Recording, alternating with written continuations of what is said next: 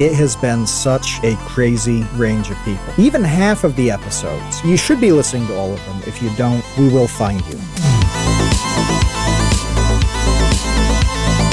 I think that 7 or 8 years ago, you're right, they would more or less give the same answers, but it wouldn't be what it is now. There's no playbook on earth that says to do any of those things to be successful on YouTube.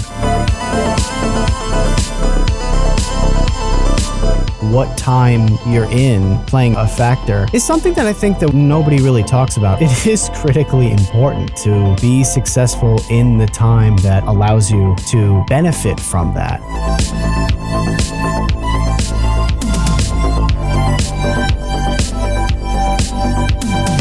The easiest thing is just not being a jerk. There's so many jerky people that all they have to do is not that.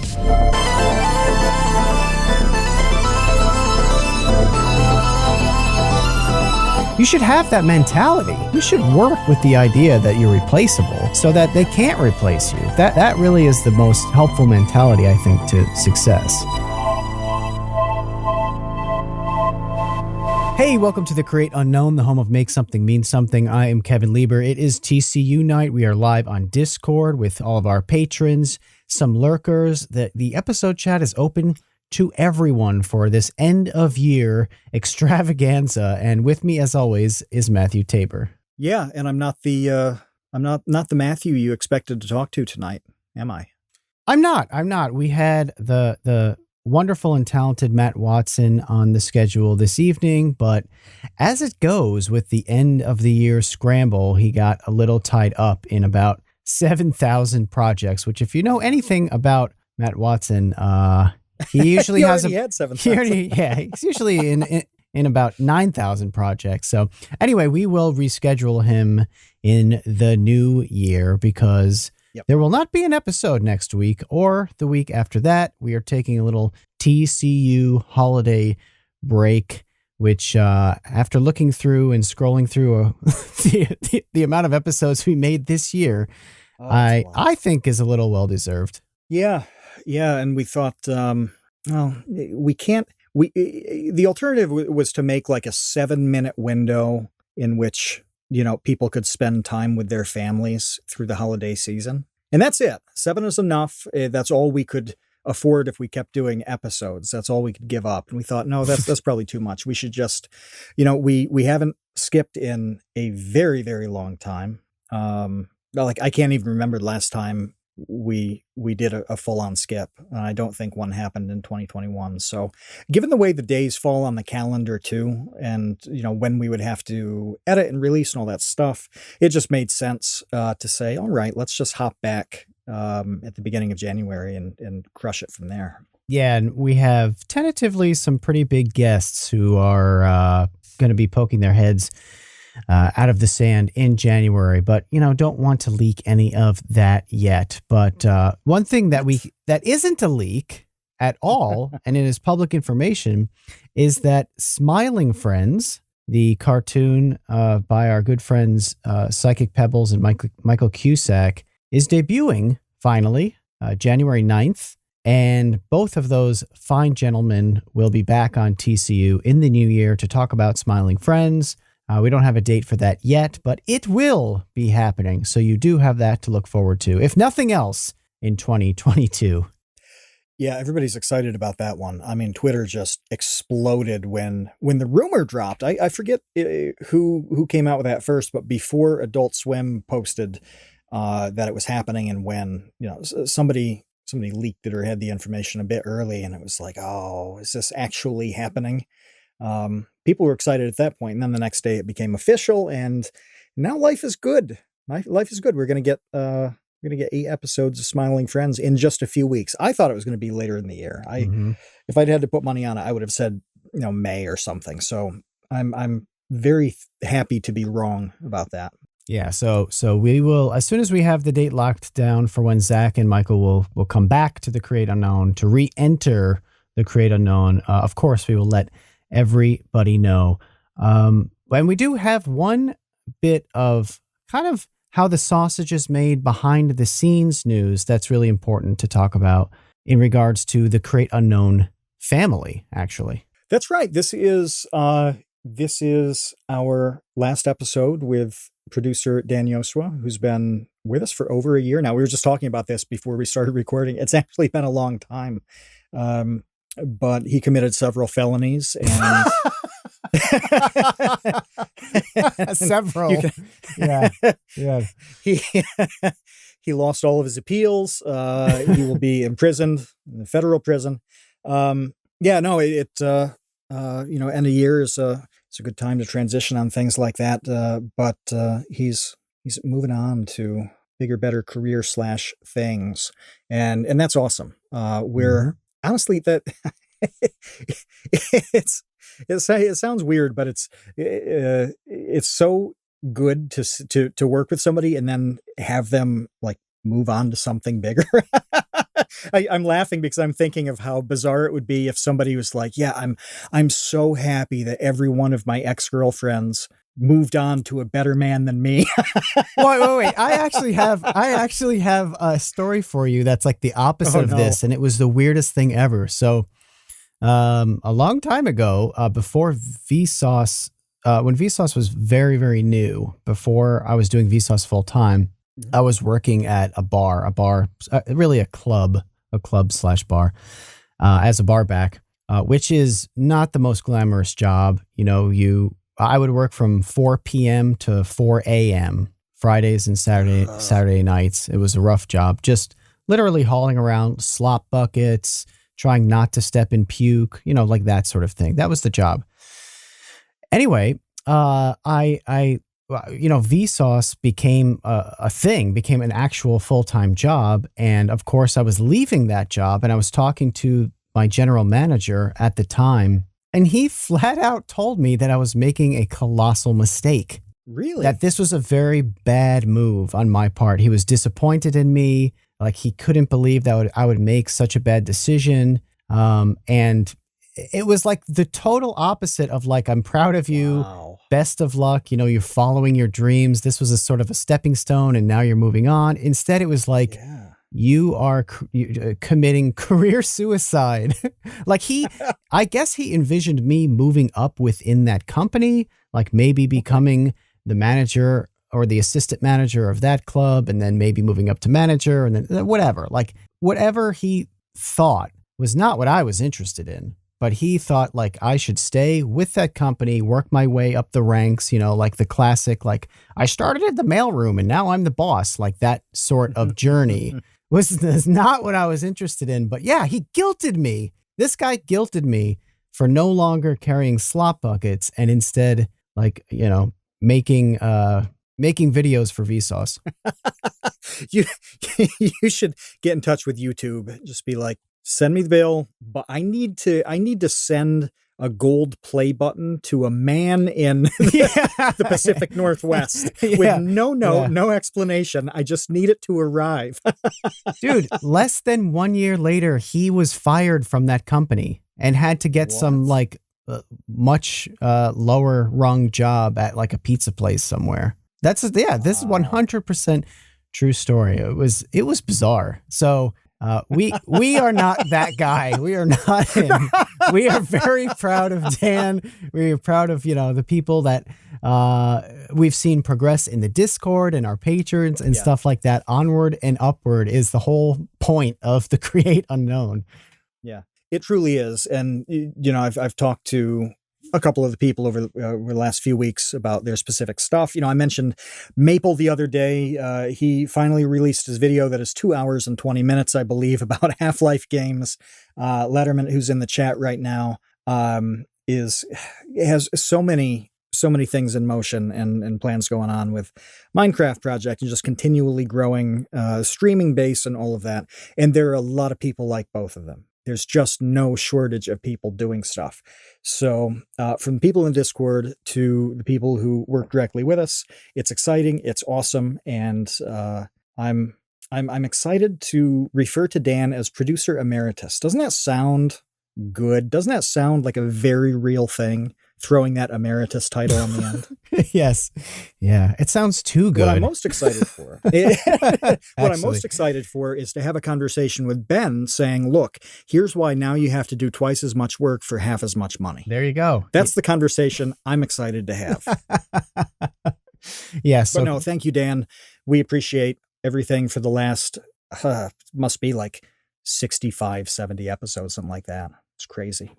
a lot of episodes. And that was the next thing I wanted to talk about, is just get through a little bit of a retrospective on this year. And then later in this episode, Matt, you and I were talking about some things that have popped up in terms of advice, simple, actionable, easy advice for people who are looking to garner opportunities, to make the best of opportunities and advance their careers like Dan has in the future We've got online. some scores to settle. Yeah, we have some scores to settle with some of the opposite of the way I introduced it. It's like, yeah, we're actually going to go scorched earth on people who do this poorly. Yeah, if you've made any kind of mistake and told us about it, we're going to be detailing that error with your first, middle, and last name. That's right. About 20 minutes from now. Yeah. Just as a final send-off, so we light the match and walk away from 2021. But first, in all seriousness, I have the list pulled up. I'm scrolling through it of episodes that we did this year, and it is a lot, and it is, a wide range of creators at different points of their careers with, making different genres of content. Some people that I've known for a really long time, some people that I met for the first time when we hit the record button and made the episode together. Someone like Sailing Doodles comes to mind. Like, I didn't know Sailing Doodles, and that episode was fascinating. Guys like Drew Dernill. That was this year, wasn't it? Yes. Springtime. Yeah, 10 months ago. Sumito Media was this year, who we'll have him back for sure next year. Yeah, we were talking Probably about him January. earlier I was today. talking to him, just like an hour ago. Yeah. Mm-hmm. Yeah, and then also another thing that stood out to me personally was some OGs that we got on this show. People who have been on the platform for a really long time or have since left the platform, like Mark Douglas from Barely Political and Key of Awesome, as well as Nathan Barnett from all of his dance videos, Keith Apicary. I mean, everything that Nathan has done. And even Andrew Bowser, who has been doing the Onyx thing for kind of a while under the radar, not super popular, but then has started blowing up on TikTok. Now he's making a feature-length movie that was successfully kickstarted. Like, there's some pretty cool stuff that we were able to talk about and go over from people who've been around for a while, which always fascinates me. The old and the new, I'm interested in really equally. Yeah, it's cool to take somebody like Jack Manifold, who is a wildly successful fetus, and contrast him with a Mark Douglas, or Jose, people who've had long careers and now are doing something different than what they were doing a few years ago. So those are the two ends of the spectrum, and then most everybody else falls somewhere in between in a unique way. And looking at the thumbnail collage of all the episodes, it has been such a crazy range of people. I mean, it's really been interesting. And if you've listened to even half of the episodes, I bet even a third is a good cross section. But you should be listening to all of them. If you don't, we will find you.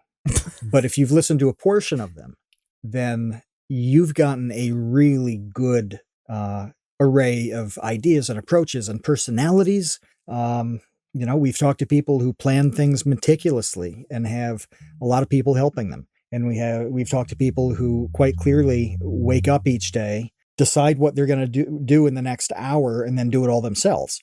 So everything that's between those two extremes, we've talked to them. And it's nice to look at that big list and know that we've had representation from all types of creativity in that way, because it would be really easy to talk to pretty much only people who did it the way we do it and that we approve of.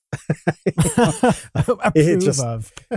yeah, it's like, oh, we like their style. This is what people should be, they should be modeling themselves after, because that's what, kind of how we do it. But no, we've talked to a lot of different people, and I'm going to pull this up because I want to choose somebody to throw under the bus. I want to choose somebody who is like radically unlike us. Radically unlike us? I would say Senor in terms Palo. of process. Palo. There Palo we is go, like yeah. the complete opposite of us. Like Palo is an absolute madman. Like talking to him was Yes. so funny because we tried to ask him, questions like deep and some, basic questions about his process. And his answers were always just like, I just do what I think is good, or what I think is funny, or what doesn't bore me. And that's it. That's the extent. There's not like, oh, well, I spend Monday and Tuesday reading through the Google Trends and I see what people are talking about. And then I spec, Wednesday and Thursday, like in pre-production mapping out. Like, no. That is not what he does. And the way that he does it, he's wildly successful at. And the finished product is completely unlike anything else. There's no other Senor Palo. There's just him. There isn't. Yeah, and thinking about just well beyond this podcast, what things for the last year have been like if I had to summarize what we've seen in a paragraph, it's way more diverse than it used to be in terms of the approaches and what works and stuff like that. I'm trying to come up with a good set of years here, but let's say like 6 or 7 years ago, there's a list of best practices that you could follow, and it was going to be good for you. I mean, it was, I don't want to say it was going to work. It's not like you were going to blow up, but like there was an approach that you could have that was going to make YouTube worth your while. And I think most of those rules are gone now. And we've just talked to so many people who do things their own way, and it works. It works really, really well. It works fast for some people.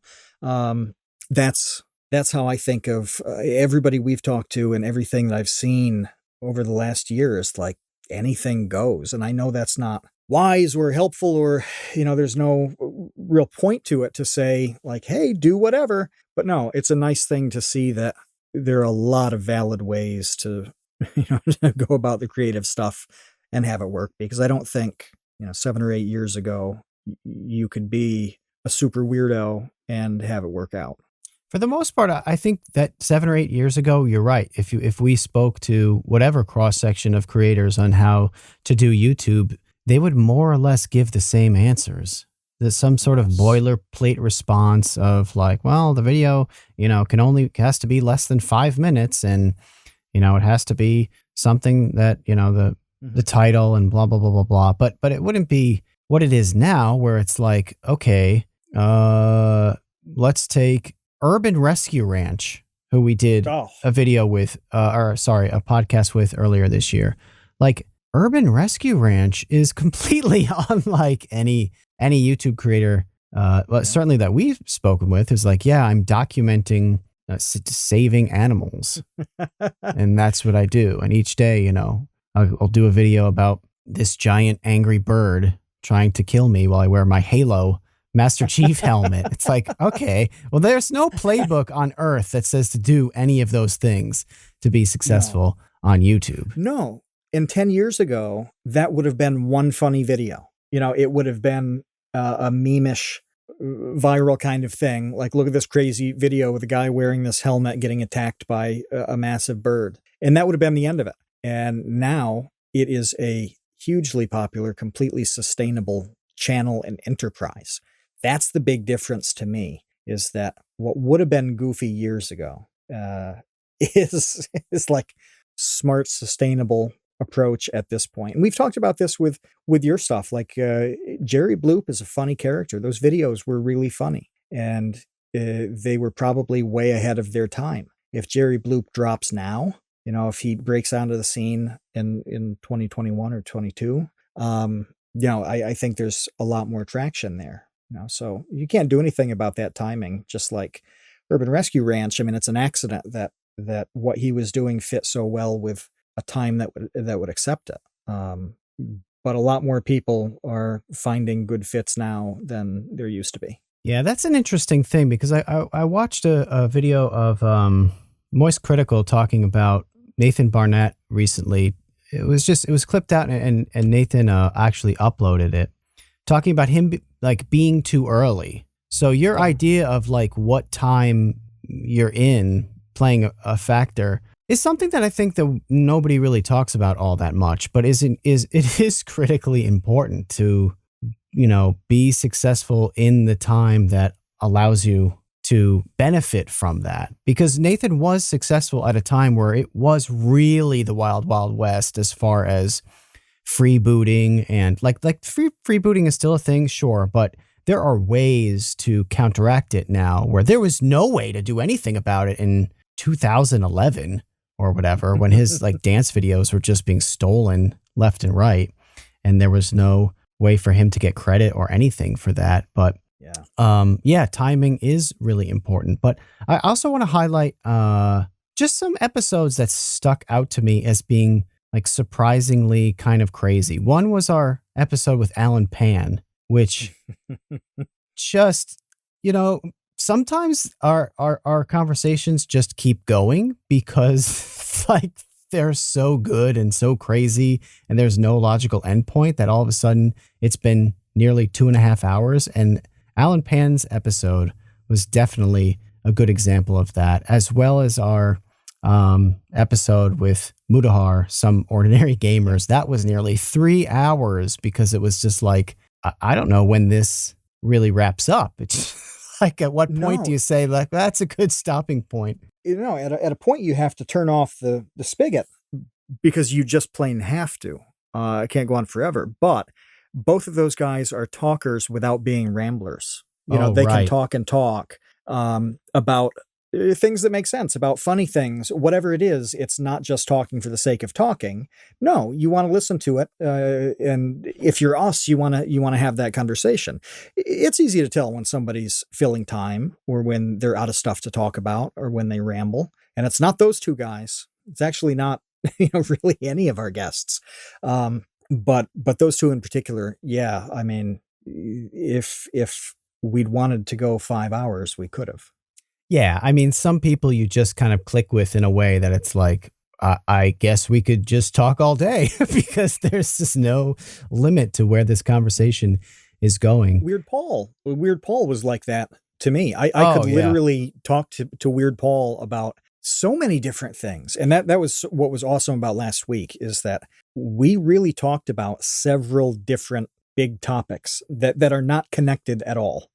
Like truly not connected. It's not like one segued into the other. No, they were distinctly different things, and each one of them could have gone on forever. And when you run into somebody like that, it's hard because you've got to decide what you want to talk about at the expense of 50 other things that are really good topics, and you have to do that in real time. So I do hope that we can talk to Paul again, to all of them again, because we got to the end, and there were several, like 5 or 6 questions or topics that I wanted to bring up that we never even got close to touching. Not even close. It was the most useless show prep I've done in 121 episodes, because we just did not get to it. Yeah, and just so people who are listening are aware, like, we don't know for the most part. There are rare instances where there are people who we have on the show whom I've known for a long time and I've spoken with, countless times over the years. But that's actually rare. It's usually not the case. It's usually that we're, both speaking to this person for the first time. And you don't know what their personality is like, because people's personalities in their YouTube videos can be very different than not YouTube video. And that's a reason why, we've mentioned this in the past. Some people don't want to do podcasts, is because they like keeping the very well, cultivated persona that they have online pristine in a way. And that makes a lot of sense for what they're doing. But for others, it's really remarkable to get to know people like Food for Dogs, for instance. That was probably the most like shockingly fulfilling conversation I think that we had all year, maybe just overall on this podcast in the years that we've been doing it. Because again, like I had spoken to her on DMs for kind of a while, but it's just about very cursory topics in the realm of video games. Like, hey, did you get this game? What do you think of this game? Like that sort of thing. Nothing personal whatsoever. And then all of a sudden we're hearing like literally the greatest YouTube story ever that should be absolutely turned into a movie because it's that good. It's hard to describe because it not only was it amazing, but I didn't see it coming. I mean, you had a reasonably good sense of where she was coming from and all of that. Nothing like the details we found out, but I was really coming into it blind relative to you, and so I am doing a fair bit of listening, at the beginning to get a sense. I'd watched some videos in the past and stuff, but that's very different. And then it launches into this epic thing. So it was like somebody I don't know plus a big thing I was not prepared for. It was the craziest surprise. And as you were saying, one of the most meaningful episodes, if not the most meaningful, I would describe that one as that is the episode I would send to somebody who said, send me a link to an episode that's got really the best of what your podcast is about. I think that's the one that I would choose. Yeah, it's hard to argue. I think that I definitely agree. Yeah. It was just so surprising for both of us to go there, and for her too. Like she's not the type of person that really was super thrilled to share those personal details. But I think that it was great of her to finally talk about that stuff. And since then, and I've mentioned this in a podcast before, she made an entire video telling that story, and it was incredibly well received and has like hundreds of thousands of views. So, it just goes to show that there are people who, can be moved by that sort of thing. And it's important to connect when you have those kinds of stories. We know science and math stuff pretty well, and over the last 10 years, we've seen a ton of platforms try to do STEM content right. There's a place for cool videos, it's what we try to do, but sometimes you need an efficient, well-structured course about a thing, and that's why we like Brilliant. For example, Brilliant's courses in logic and scientific thinking are a really solid way to get your mind right on the STEM subjects. And it's not homework, it's not weird, it's interactive, and you're doing it all rather than just listening to it all. And it doesn't matter what level you're at, Brilliant's got options that fit fun, serious, and everything in between. You'll probably even recognize some of Kevin's video topics in the casino probability module. You can get started learning on Brilliant for free, and the first 200 people to sign up through brilliant.org/createunknown will also get 20% off an annual premium membership. Click it, check out the options, and get started, because that is free. And if you want to go premium, 20% off with brilliant.org/createunknown. It's the holiday season. Give the gift of brilliance, whether it's to yourself or someone else. Brilliant.org/createunknown. Links down below. Well, I want to actually pull a question that was going to be at the end.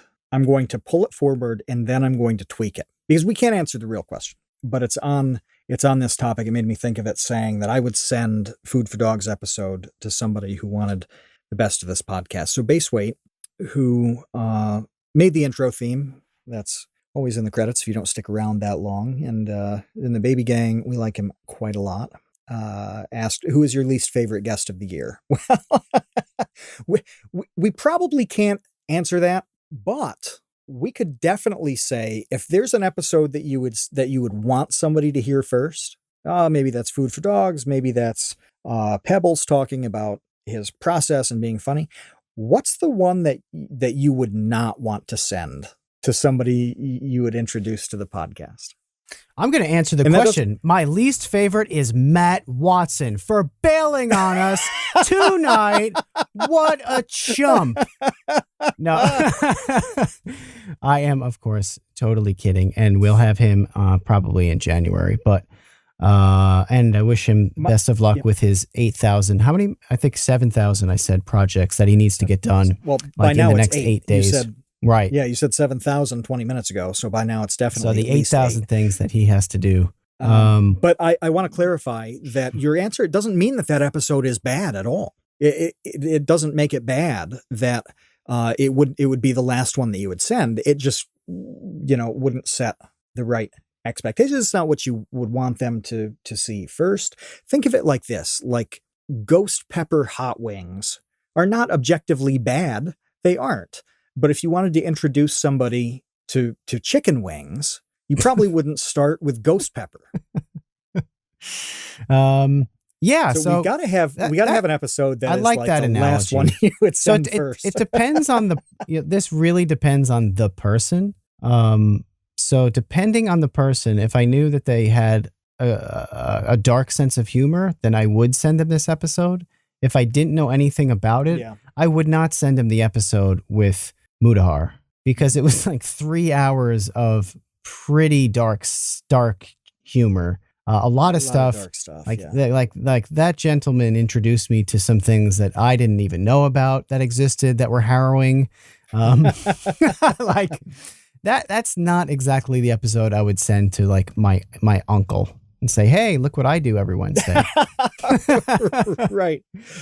Yeah, no, that's now a it's good time way to learn what Jenkum is, Uncle Tom. Like that's probably a little awkward for me. Oh no, that's not good. And somebody in the chat, who was it? I gotta scroll my eyes up. Oh, it was Base Weight again saying Sanachu would be a dicey fit. It would be a great fit for some people and a really bad fit for others. And I think we probably got a few of those where it would be absolutely the right thing to send somebody, or absolutely the wrong thing to send them. Well, that's one thing that honestly that I like doing about the Great Unknown, is to be able to do things that I think are really generally appealing, but then, just able to get weird with people who warrant that. If we're going to do however many episodes a year, let's have some variation in our guests, our topics, our tone, and come back to the central themes of being an online creator. But at the same time,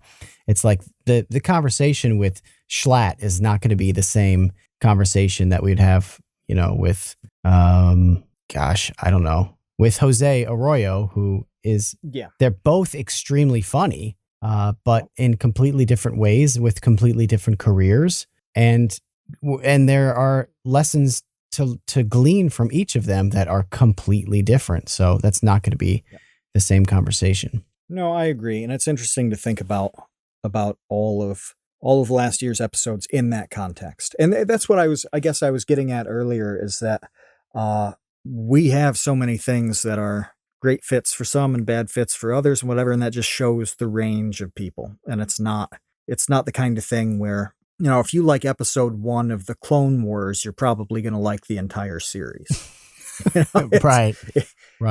It doesn't work that way anymore. I mean, it certainly could, but I don't think that would be at all a faithful representation of what it's actually like doing these jobs. And think of how few people we talk to.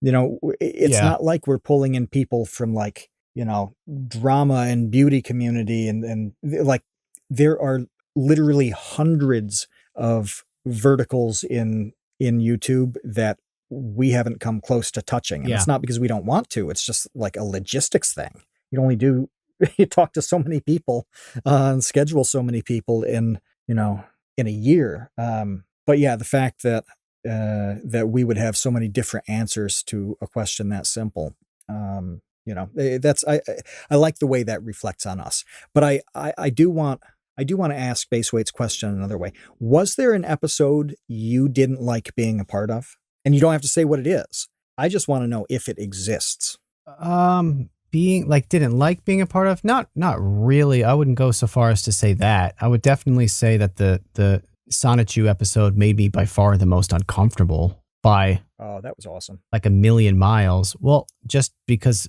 and then since then, like it's a lot weirder. Sure. Since then, now it's like really horrible. But even during it, it was like I don't know what direction to take this or how to really get anything. It was hard. Like helpful or usable or meaningful out of it. So that was certainly the most challenging. And then, you know, since then obviously has become probably like the creepiest. Well, who knew, right? I mean, you there are people like the Alan Pans and the Michael Reeves who, you know, we know are going to be in prison one day. We know this. We don't know exactly what for. Everybody in the world knows it's going to happen. But yeah, we couldn't have. Yeah, but we've had some people get canceled, you know, quote unquote. Yeah, like capital C quite canceled that have been on our show, and that will continue to happen as we continue to have guests. Things will continue to happen, and that's just part of the nature of this whole thing for sure. It is, and it's unavoidable. I mean, we talk to people we think are interesting, and then sometimes everybody finds out quite a lot later that they were too interesting in different areas of their life. And there's just not a lot that can be done to predict that. No. You know, you just have to live with it. So we do our thing and then that lives in posterity. For sure. Was there anything else on the 2021 roundup of guests that you wanted to hit before we espouse some advice to cap off the year? I don't think so. I'm just really happy with the breakdown on it, and I want even more of that as we go into the next year. You know, when I think back to the episodes that I've liked the most, it's stuff like Glozell talking about a serious rise and fall situation, and then what it was like to crawl back. That's insane. That's compelling. And it's real too. It's real. You know, we've talked about even just in Vsauce 2 land, you know, you've had lean times at certain points, you know, so to hear Glozell talk about it, I mean, that was what we talked about times 1,000. You know, that's cool. The Food for Dogs origin story is amazing. Pebbles talking about, I mean, we've talked to him a few times so that we got to see this progression of making great animations on YouTube and Newgrounds and all of that into got an idea for a show, might be funny, and now it's actually coming out in full. It's remarkable to think back on that, and I just want more of that stuff. You know, I want us to talk to people who we don't see the stories coming and we can't possibly predict how they're going to turn out. Yeah. And definitely, real quick, just to go back to the whole, the cavernous gaps that we need to fill in the future. That's something I would love to do as well, is get more into those areas of YouTube that are huge and we just haven't been able to break through to, because you're right. Like there's so much available. There's so many communities. There's so many different types of creator that, I'm excited to make it even bigger and better and more different roster in 2022 for sure. And we're going to kick things off, I think, really strongly in January. But January is going to be good. Yes. Yeah. Don't want to tip the hand too much on that. But let's move on to advice, because I don't know how scorched earth you wanted to get on this, but there have been frustrations boiling up within you lately that I think that you're ready to let go. From 1986 until now. Yes. Probably before that. I just can't recall. Pretty recently. I think that we have like honed in on some things going really well, and that has cast a stark contrast to things going not so well, and allowed us to sort of read the tea leaves a little bit as far as like which way worked, which way didn't, and and how to express to people, at least, which way certainly doesn't work. Yeah, it's true. And it's the strangest thing, when and follow along with as many people as we do, you collect them over the years, over 8-10 years of generally being in a media space. You start to follow along all sorts of different people, not just the ones that are in your area or community or whatever. And at some point, they all talk about something that made them succeed. Like this is not quite like this is the secret, or like you got to do this. It's just this general, here's how you do it thing. And I just hit the point this year, and I don't know if it's doomer COVID mentality. I don't know if it's me getting older. I don't know what. But at a certain point, I just looked at my feed on every site from Twitter to LinkedIn to like my email inbox and just thought, almost every one of these people is completely full of shit. And nobody will just say this 500-word thing you wrote is fiction. It doesn't matter at all. And the things that do matter, you could literally fit on an index card. You could list out the whole guide to success, which is boring and lame and stupid and obvious, on the back of a Post-it note. So what is it? What are some keys to success that are simple and obvious, but everybody makes overly complicated so that they, buy into their pyramid scheme?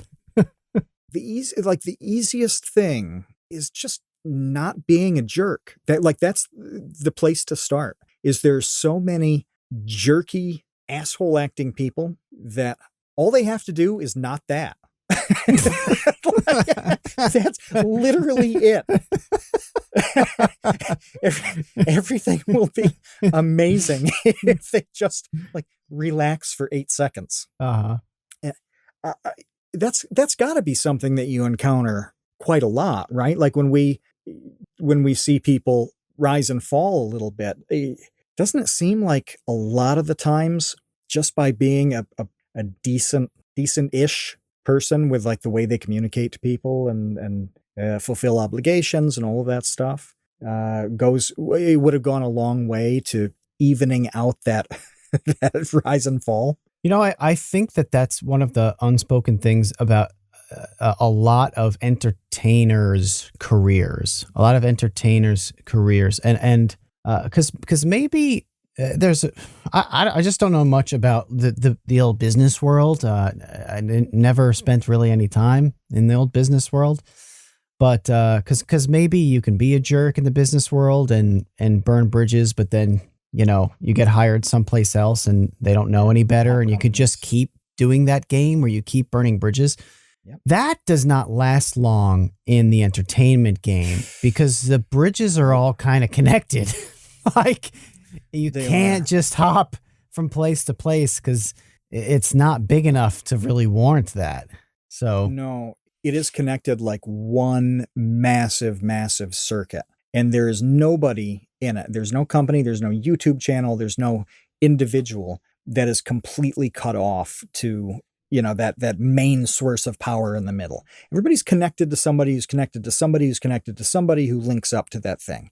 And when you do something to break that chain, the juice stops flowing to you. And all you have to do to avoid this is not do the obvious things that blow it for you. And it's people who have had done jerky stuff, and whether it's a big jerky thing that gets you canceled or it's just somebody being difficult to work with or unprofessional or something like that, where it's not one thing, it's just a general attitude thing over time. It's easy to say that, but it is tough for some people to implement. But that's the truth. That how much this basic thing matters is the reality to me, where somebody can write this long LinkedIn post about success, and the truth is that you kind of have to show up, do what you say you do it at a reasonably decent level, and not do things that make people not want to work with you. Mm-hmm. If you nail those things, you have a job forever. It may Right. be a series of jobs, but you're a hireable person. Mm-hmm. Yeah, because even if you're not the most talented person, like that doesn't matter. If the most talented person is a nightmare to work with, that's not going to last long. No, it's not going to last long. If you're, decent, but you're a pleasure to work with and people like having you around, well, that certainly helps a lot. And definitely the whole like deadline thing and saying you're going to do, when you're going to do, what you're going to do, when you're going to do it.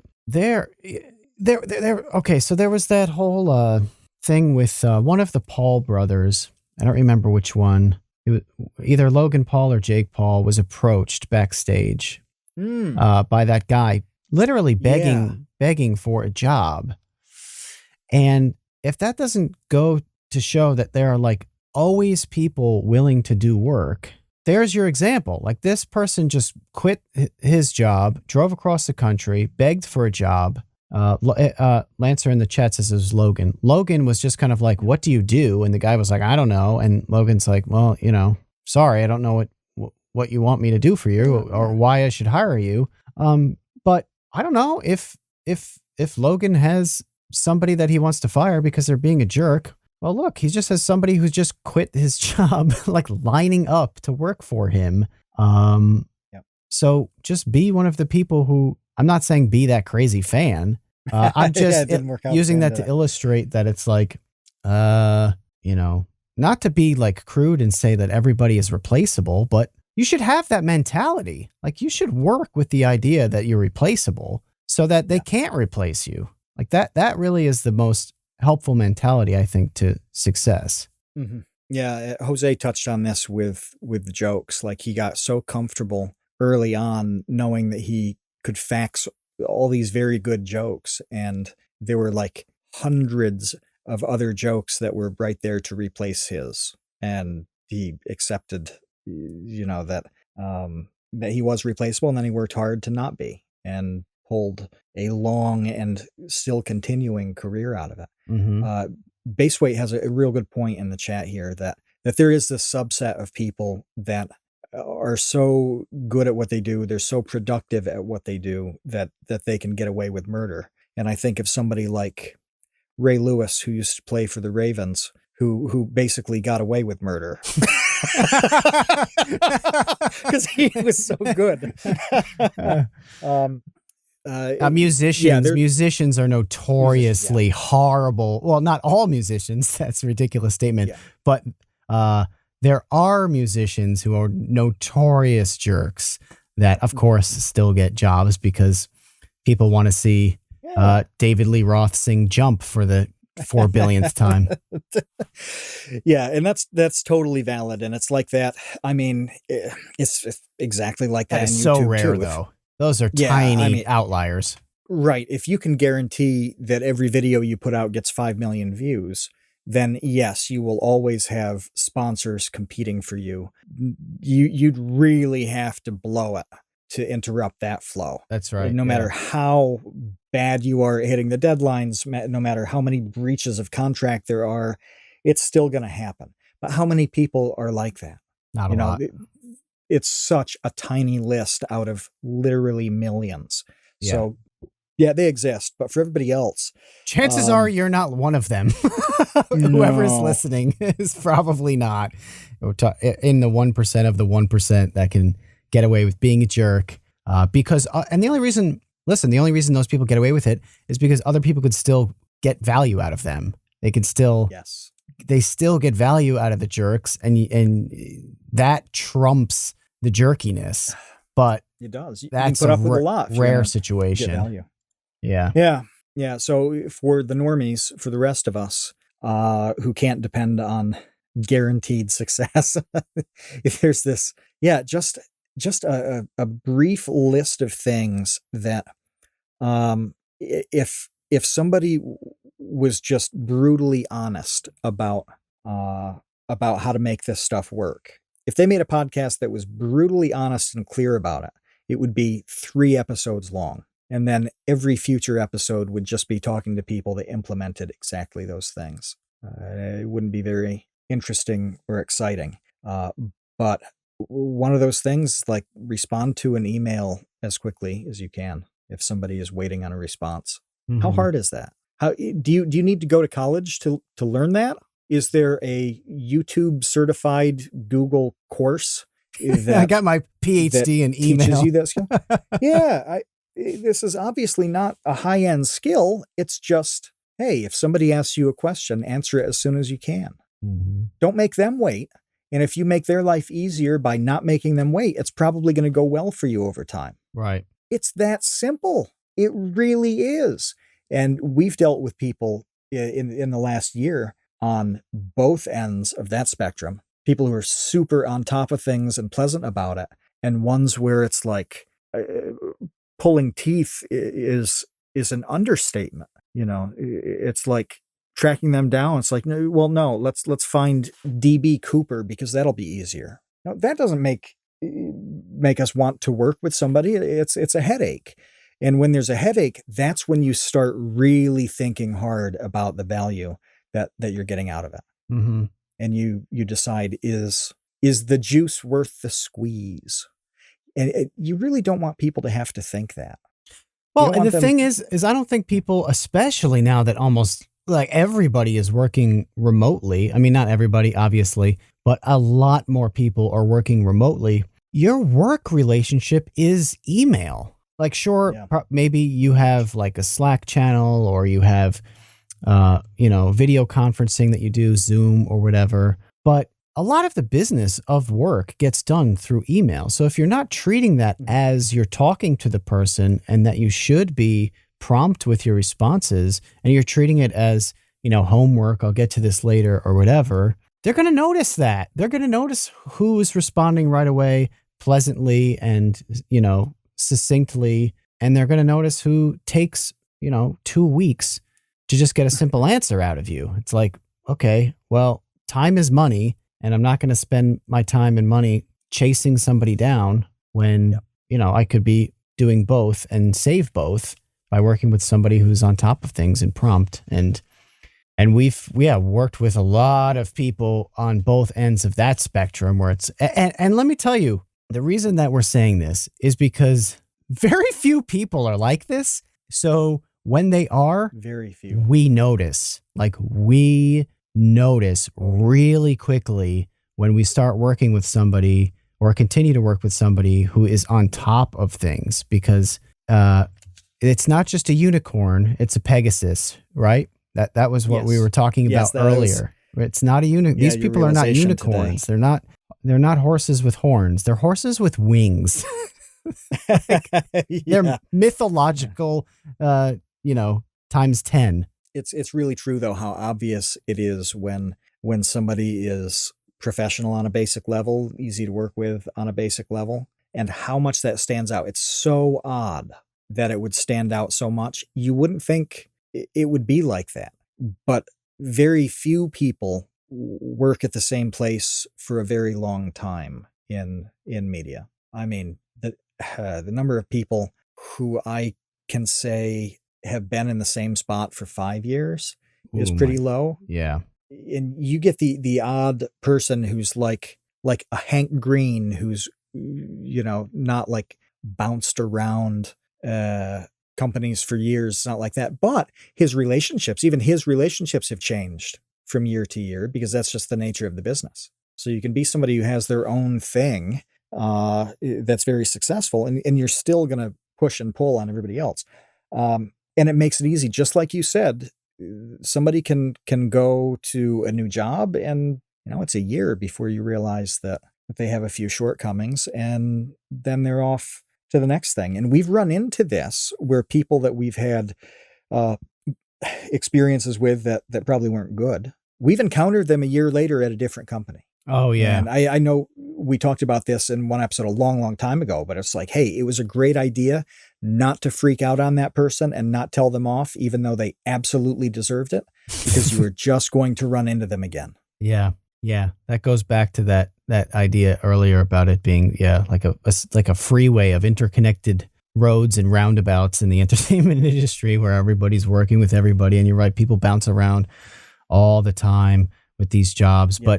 But yeah, the main thing is you have the opportunity to be this Pegasus by doing things that just are common decency and Totally like accessible. you can be an exceptional person by like implementing the things you learned in kindergarten about cooperation and working with others and integrity and things like that. Like, it doesn't have to be this thing where you're like, oh man, like I'm not special because I'm not I'm not LeBron James or whatever. It's like you can be really, really special just by replying to emails quickly.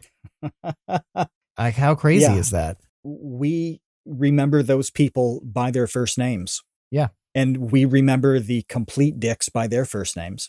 We just the other day, we ran into somebody digitally who we had a really weird encounter with like 4 years ago. And I've forgotten hundreds of people in that time span, but we remember them because, man, it was weird. Because they were a jerk. Because they were a jerk. Yeah. They were a jerk. Not even to us. They were a jerk to somebody else in our presence. We witnessed it. Yeah. We witnessed them being a jerk. And we were like, ooh, this guy is a jerk. And now years later, we're talking about it. So, yeah. Don't be a jerk. I just get really dismayed. I'll see this thing in a group chat, which I haven't spent a lot of time on Twitter here for a little while, but you'll see a thread where people are discussing the details of a thumbnail or a title or something like that. I'm like, all right, it's not that that's not a valid thing. It is, and you want to do the best you can on it. But if they really want, to be making YouTube videos in 2025, they need to make good on their promises, and they need to return emails, and they need to show appreciation to people who do things to them. They need to just make all the moves that make them one of those first name people in a good way. And it's so easy, and nobody puts any effort into it. No, especially the appreciating people who do good things. No one, that's rare too. Yeah. It's as little as simple as, well, two things here. One, I'm going to betray confidence here.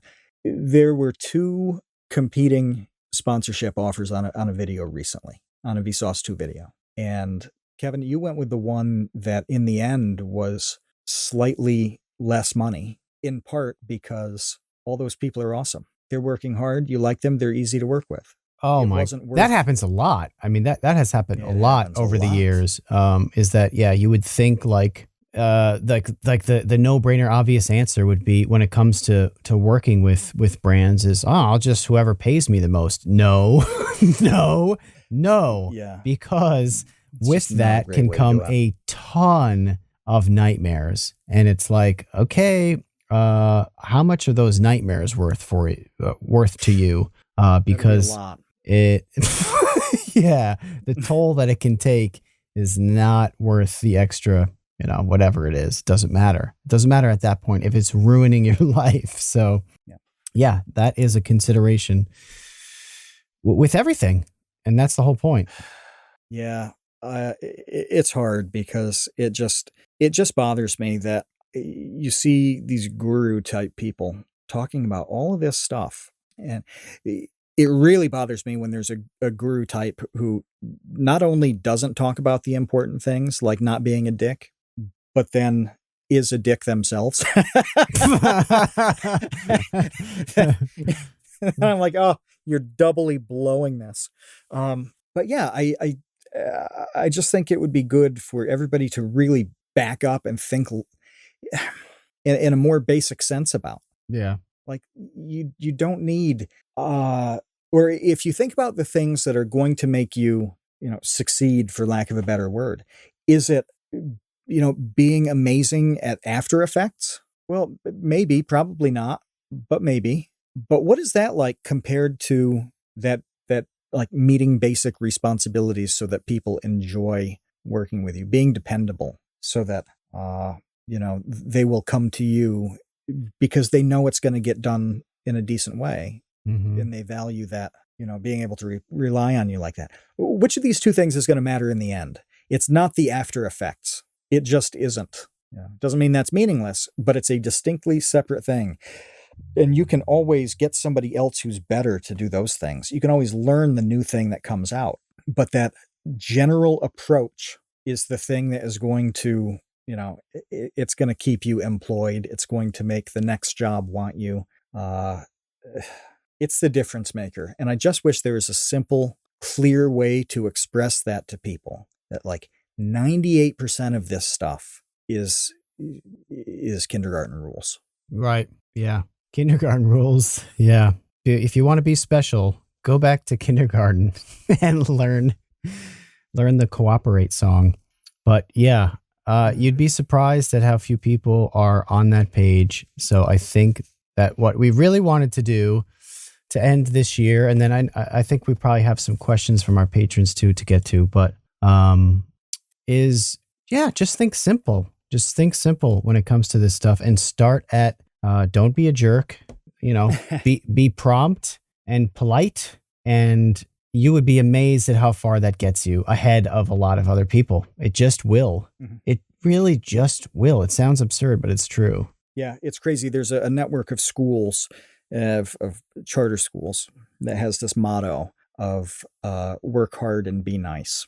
Now, I hate this model because I think being nice is stupid. I think that's, they're talking to like elementary school kids, so it's fine to tell a 9-year-old to be nice. But that's so vague. It's so vague that I find it useless. But I get their point, and that's really the point that we're getting at too, is that if you put effort in, and isn't it just don't be a jerk though? Isn't be nice, don't be a jerk? What's the difference? It's vague, but it's true. Yeah. I mean, there are a lot of different flavors of it, but I think what matters is that you embrace the spirit of that, which is really that don't be a dick thing that you just said. Yeah. And if you just think of like, what's going to make me a good person to work with? Oh my God, if you even ask yourself that question, you are literally in the top 5% automatically. Mm-hmm. The fact that you've pondered it for 2 seconds makes you amazing, because nobody does. They think about what's going to make their boss happy, what's going to keep their job secure, because they, so they can hit whatever metrics they need on a thing. They think of all of these usually self-interested, self-preservation-y things, and don't stop to think, what's going to make me good to work with? What's going to make somebody want to work with me? Mm-hmm. Yeah, that's almost all it is. Yeah, it's like stage 0. It should be so self-evident that I guess people don't think about it. But anyway, like we like Matt and I have been talking about how much it has stood out to us recently in the past couple of months, and with some of the people who we've started to work with who are these Pegasuses, and we want to encourage more Pegasuses. Pegasus. Yes. We want to encourage more Pegasuses to breed and go forth and prosper, because they're so pleasant to soar through the sky on the backs of their horsed wings. What do we have? Do we have questions, or did we already kind of go through them during the episode? There's one, and I want to thank Linus for asking this months ago and letting us push this question for months, because he asked that because we thought that we were going to be able to talk to Derek Veritasium at some point in the near future, when this happened. And so it made sense, like, hey, I'd love to hear what Derek thinks about this. And this is about the Webb Space Telescope. I don't know if you follow science news and things like that, you've probably seen this. Well, the Hubble telescope was a thing for years. That was the famous, here's the big telescope in space that does awesome things. Well, the Webb telescope is on a much higher level than Hubble. It's, the next generation of space telescoping. But it's about to launch. This is the cool thing, is that there's a countdown on the NASA site. I think it's like 8 days away from now, which means I think it'll launch probably on the day this podcast comes out. So if you're a day one listener, watch the launch. But Linus is into these Vsauce topics, and really wanted Kevin, your take on the complexity, because this thing has to launch and it has to precision park and then do its job, and it's crazy. Like, what is there to say about this thing? It is crazy. Well, it's something that I wish got more publicity. Like it's hard to somebody should make a show like Mind Blow or something where they talk about like cool things like this. Ooh. Wah, wah.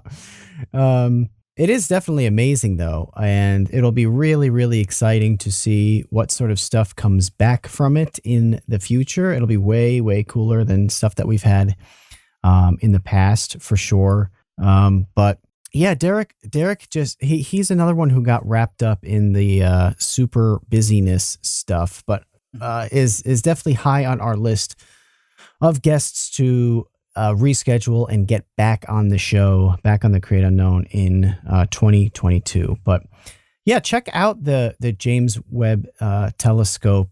Some kind of topical things to know about it is that, they expect to be able to detect water on exoplanets with this thing. They expect they expect to spot the first light created in the universe with this somehow, which seems completely insane.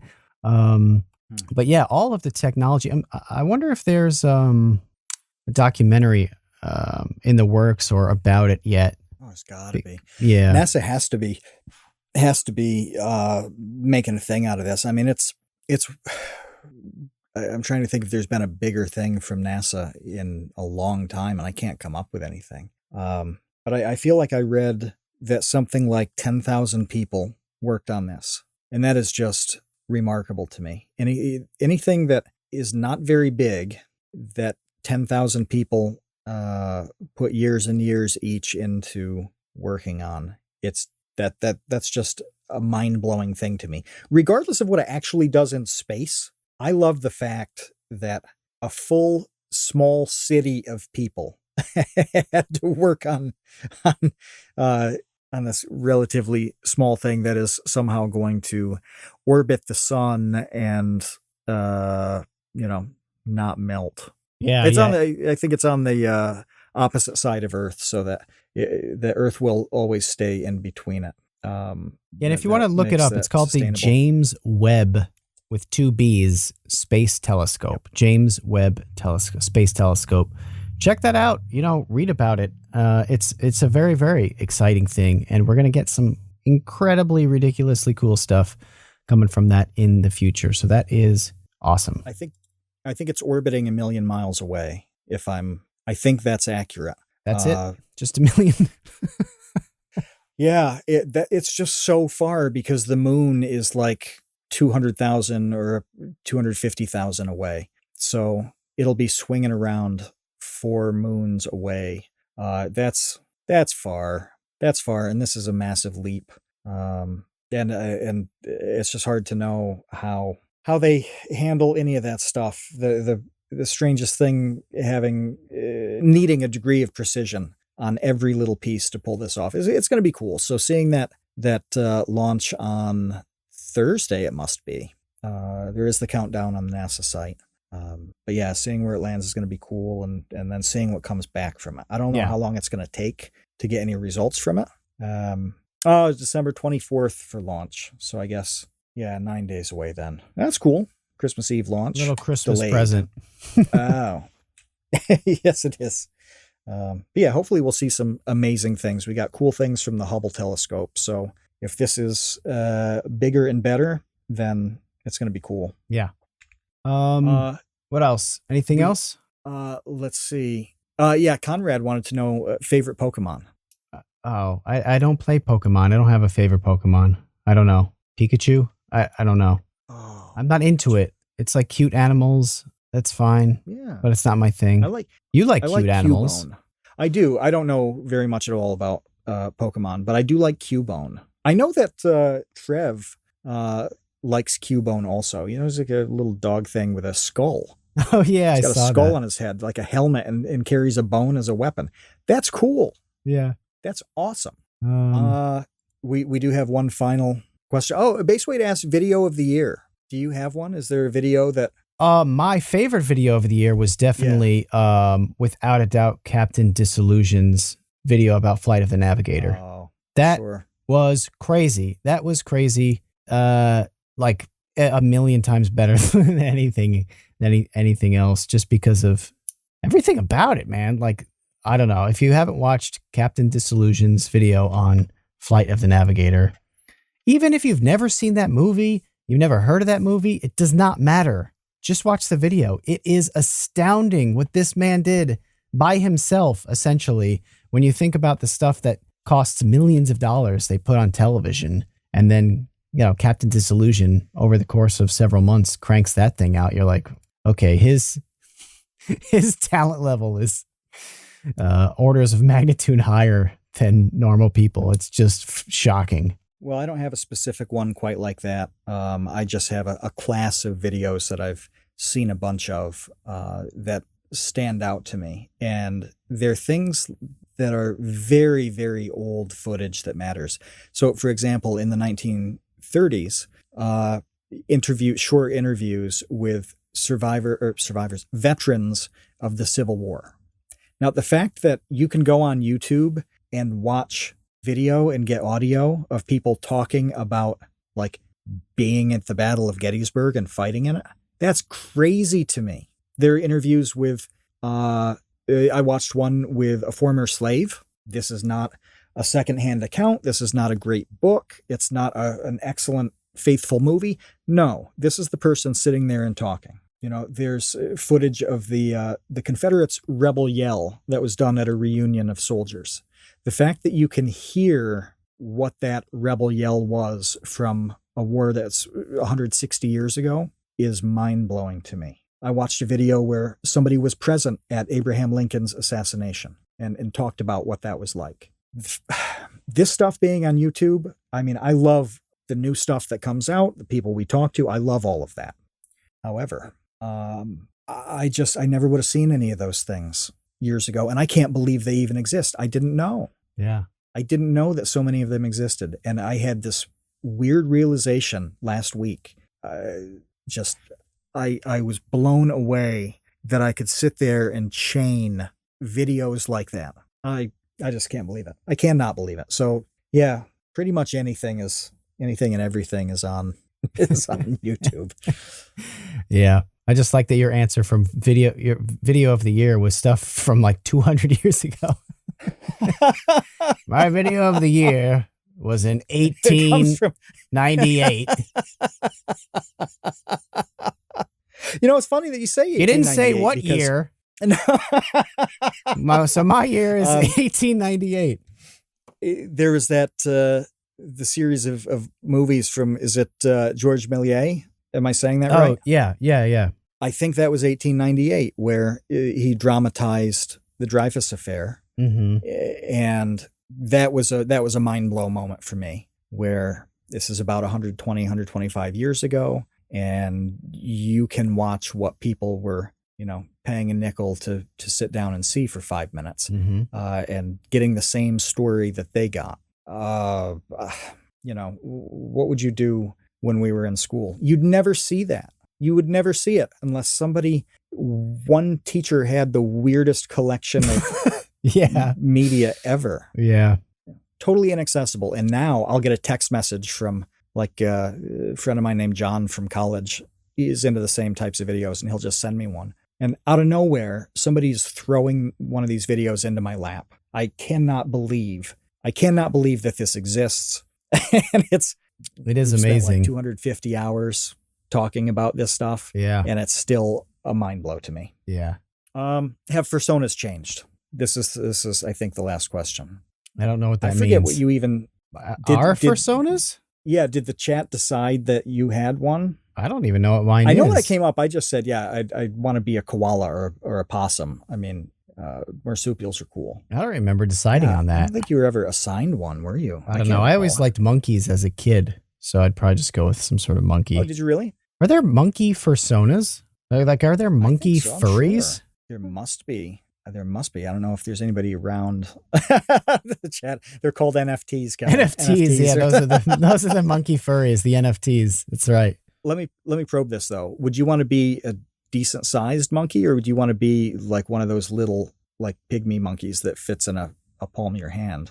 What a weird question. Why Well, did there are you? all sorts of monkeys. I guess It's so. like, oh, I want to be a boat. Well, do you want to be a rowboat or a yacht? Like, this is valid. I don't know. I always just thought that you were the same size. You were the same size that you are now, just as an animal. I didn't think you get to choose your size as well. I think we're about to give Isaac an aneurysm here. I know. But you could represent an animal of any size is my point. You know, like, yes, you'd be your normal size, but you would be a large-sized snail, for example. What? Yeah, see, I don't... Isaac says you can choose whatever size you like. Okay. Because, yeah, I'm thinking, like, if I'm going to be, like, a small monkey, then am I even a furry at that point? Aren't I just a monkey? Like, where right? Like, am I misunderstanding what the whole point of this is? The thing that I love the most about talking about this is that neither of us has any clue about any of it. No, we're such boomers. That's the entertaining part, is that just complete cluelessness on both sides. I know. We're so out of our element, but I don't know. That's what I think. When I think, like, am I going to be a small monkey? It's like, okay, then I'm just a monkey. I thought the whole point of a furry is that you're you as an animal, not you just can be the animal. That seems different. I don't know. It's like a million years ago when Epic Mealtime was a thing. I actually met that guy, Harley Morenstein. Oh, yeah. I met him a long time ago, and he was explaining how when he would come up with the Epic Mealtime recipes, the order in which you say the thing dramatically affects what the thing ends up being. So, like, Oreo lasagna is way different than lasagna Oreo. Oh, I can see that. And I don't know how I thought of that and what that had to do with furries, but there was a connection somewhere. I guess I'm thinking of like Kevin as a monkey is different than a monkey that's Kevin. Okay, I see the distinction there. That's what I think wanted that makes to say. sense. Yeah. Okay. I get that. I think that's a great place to end. So, this is the worst possible way to end a year. To end a successful year that we feel good about. It's the most we feel fitting good way about to end. going into next year. Then we end on this. Oh, Ugh. real quick, I did want to. We should have done this at the beginning, but Rusty Cage's new third issue of Requiem of the Crazies came out, and we have a Create Unknown ad in the comic book, which turned out great, and I was really excited to work with Rusty on that, and was thrilled that he was cool with it. So, yeah, if anybody has Rusty Cage's latest comic, you will see the Create Unknown lurking within. And that's a pretty cool thing. I was happy that happened this year. I didn't get to mention earlier in the episode. Yep. He did really well with that. The production quality is so high. He's, by the way, Rusty is one of those guys that is easy to talk to, meets his deadlines, does his thing, is cool. That's it. You know, he hits all those beats, and bam, he's going to be around as long as he wants to be. So it was awesome, Kevin. You put that ad together to make just be like a tiny little part of such an awesome book. That was a really good thing. Yeah, and he will be back on the Create Unknown next year. I already talked to him about it recently. Good. He's definitely down to come back. So we will have him next year. We will have all sorts of great guests. We will be off the next couple of weeks. We'll see you back in January, but I really hope that everybody had a great 2021 with us. Here's to a greater and better, bigger, awesomer 2022 with the Create Unknown. And until then, we'll be back in the new year to pick your furry brains just that much more. God. Whether you're Kevin as a monkey or a monkey as Kevin, I'll be here either way. I look forward to seeing you. We'll see you, Space Cowboys. Thanks for listening to The Create Unknown. We make this show with the support of our patrons. 100% goes directly to keeping episodes going every week. Thank you to the Tots and Dumpster crew who save tiny little lives every month. And thank you to our grizzled, battle-hardened child infantry. Jen Mafasanti, Kevin Menard, Mikhail Steinke, Risebread, Sean Malone, Ryan, Kamikaze, Maria, Marco, Sheep, Tom Videogre, Jelksies, and Dan the Latch. And a tremendous shout out to our elite baby gang commanders. Linus and Trev's Dead, Boromir, Bot Dogs, Chinchilla, Isaac, Conrad, James, Andrew, Jeff Davis, Patrick Pister, Baseweight, Monahim, Dojangles, and Zero. Again, you are the elite. Thank you as well to our indentured servants, producer-editor Ben Webster and producer Dan Yosua. And thanks to Baseweight for use of the Created in the Unknown song for our opening theme, and to Electro Voice for giving us mics to sound good on top of it. The Create Unknown is an Unknown Media production in partnership with Studio 71.